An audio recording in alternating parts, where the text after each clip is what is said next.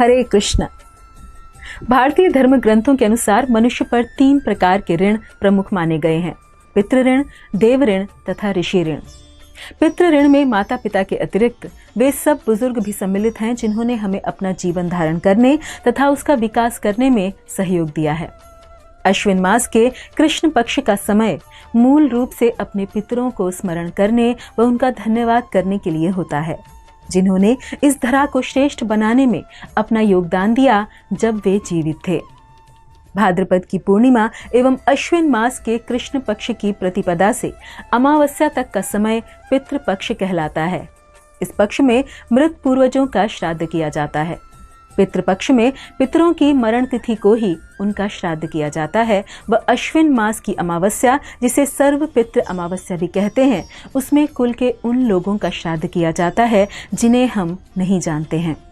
इसके अलावा अमावस्या और पूर्णिमा के दिन में पितरों को याद किया जाता है।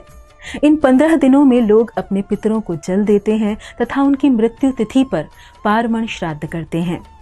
पिता, माता आदि संबंधियों की मृत्यु के पश्चात उनकी तृप्ति के लिए श्रद्धा पूर्वक किए जाने वाले कर्म को पितृ श्राद्ध कहते हैं।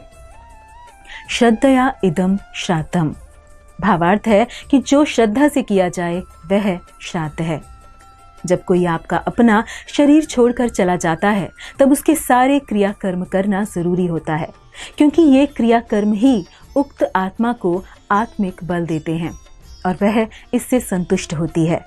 गरुड़ पुराण के प्रेत कांड में गरुड़ जी भगवान श्री विष्णु से प्रश्न करते हैं कि दिवंगत व्यक्ति के परिवारजनों द्वारा जो भेंट प्रदान की जाती है वह मृत व्यक्ति तक कैसे पहुंचती है, कौन उन्हें प्राप्त करता है। तब भगवान श्री विष्णु उत्तर देते हैं, हे गरुड़ जी, वरुण देव उस अर्पण को स्वीकार कर मुझे देते हैं और तब मैं वो सब सूर्य देव को दे देता हूँ और सूर्य देव से वह दिवंगत व्यक्ति को प्राप्त होता है। तो यहाँ पर यह स्पष्ट हो जाता है कि पितरों की तृप्ति हेतु जो भी भोजन या वस्तु दान में दी जाती है, भेंट दी जाती है, वह उन तक पहुँचती अवश्य है। भगवद गीता में भगवान कहते हैं, अंत काले च मामेव स्मरन् मुक्त्वा कलेवरम यह प्रयाति समद्भावम याति नास्त्यत्र संशयः। अर्थात जीवन के अंत में जो केवल मेरा स्मरण करते हुए शरीर का त्याग करता है वह तुरंत मेरे स्वभाव को प्राप्त होता है, मेरे धाम को प्राप्त करता है। और इस प्रकार से शरीर छोड़ने वाले जीव को भगवत धाम प्राप्त होने के कारण श्राद्ध क्रिया की कोई आवश्यकता नहीं रह जाती। गरुड़ पुराण में वर्णन है कि भौतिक शरीर छोड़ने के पश्चात व्यक्ति के सूक्ष्म शरीर को यमलोक तक पहुंचने के लिए पूरे 348 दिन लगते हैं, जहां पहुंचने के लिए बीच में 16 पड़ाव आते हैं और जहां तक की पूरी दूरी 86,000 योजन की होती है। हमारी आत्मा के ऊपर 2 आवरण होते हैं, एक सूक्ष्म शरीर जो मन, बुद्धि और अहंकार से बनता है और दूसरा ये स्थूल शरीर जो पंचभूतों से बना है। जब आत्मा ये शरीर छोड़ती है तो भी स्थूल शरीर उसके ऊपर बना रहता है और मृत्यु उपरांत पहले दिन से लेकर 13वें दिन तक जो भी विधि पिंडदान, जलार्पण, मंत्रोच्चारण के साथ किया जाता है उससे उस स्थूल शरीर को एक आवरण मिलता है जो उसकी यमलोक तक की यात्रा को करने में उसके लिए महत्व रखता है और 13वें दिन के बाद उसकी आगे की यात्रा शुरू होती है। इस प्रकार जब अंत में वो यमराज के पास पहुंचता है 348 दिन के बाद, तो उस समय पृथ्वी पर जो वार्षिक श्राद्ध होता है जिसमें ब्राह्मण भोज कराया जाता है, दान दक्षिणा दी जाती है, वो सब उस व्यक्ति को मिलता है यमराज से मिलने से पहले और फिर उसके कर्मों के अनुसार उससे उच्च लोक देवलोक की प्राप्ति होती है, अन्यथा अपने पाप कर्मों का दंड भुगतने हेतु उसे यमलोक में भी रहना पड़ता है। तो कोई पूछ सकता है कि यहाँ पर किया हुआ दान वहाँ कैसे मिल सकता है। तो इसे ऐसे समझें कि जब हम किसी को व्हाट्सएप करते हैं, फ़ोन करते हैं या मेल करते हैं तो एक जगह पर बैठे हुए ही हमारा वो संदेश दुनिया में कहीं पर भी पहुँच जाता है। उसी प्रकार वैदिक सभ्यता में जो मंत्र हैं, जब नाम गोत्र के उच्चारण के पश्चात प्रामाणिक मंत्रोच्चारण करके श्रद्धा पूर्वक ये श्राद्ध कर्म किया जाता है तो इन मंत्रों की शक्ति से ये दान उस मृत व्यक्ति को मिलता है और जितनी श्रद्धा से दान किया जाता है उतनी ही अच्छी मात्रा में ये दान उस दिवंगत व्यक्ति को प्राप्त होता है। जब श्री राम व सीता मैया वनवास में पुष्कर तीर्थ में थे, तो जब दशरथ महाराज के श्राद्ध पर वे ब्राह्मण भोज करा रहे थे, तो अचानक सीता मैया वहां से चली जाती है। ब्राह्मणों को भोज कराने के पश्चात जब श्री राम इसका कारण उनसे पूछते हैं, तो वे बताती हैं कि साधु संतों व ब्राह्मणों के साथ वहां पर आपके पूर्वज भी थे। महाराज दशरथ, उनके पिता व उनके पिता, 3 पूर्वज वहां पर उपस्थित थे।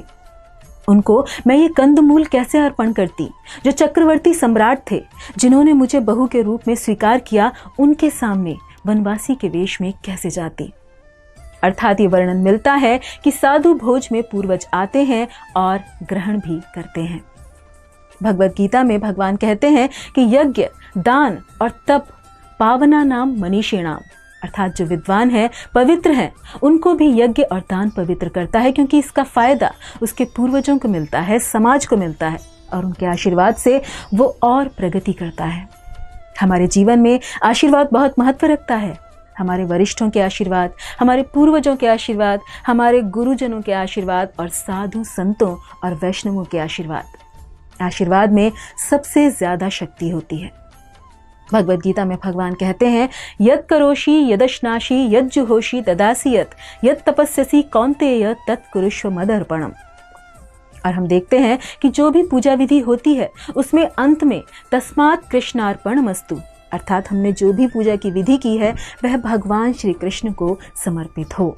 हमें भगवत गीता में भगवान के कहे हुए इन शब्दों का भी ध्यान रखना चाहिए कि यान्ति देव व्रत देवान पितृन यान्तिन पितृव्रतः, अर्थात जो देवताओं की पूजा करते हैं वो देवलोक को प्राप्त होते हैं, जो पितरों की पूजा करते हैं वो पितृलोक को जाते हैं, और जो मेरी पूजा करते हैं वो मेरे धाम को आते हैं।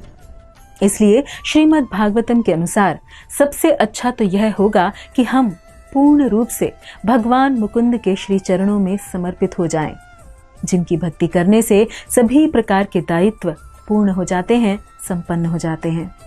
तो आइए भगवान के पवित्र नामों का जप करें, जो सारे कलमश, सारे पापों को हरने वाला है और जीव की परम गति और परम लक्ष्य है। हरे कृष्णा कृष्ण कृष्ण हरे हरे, हरे राम राम राम हरे हरे।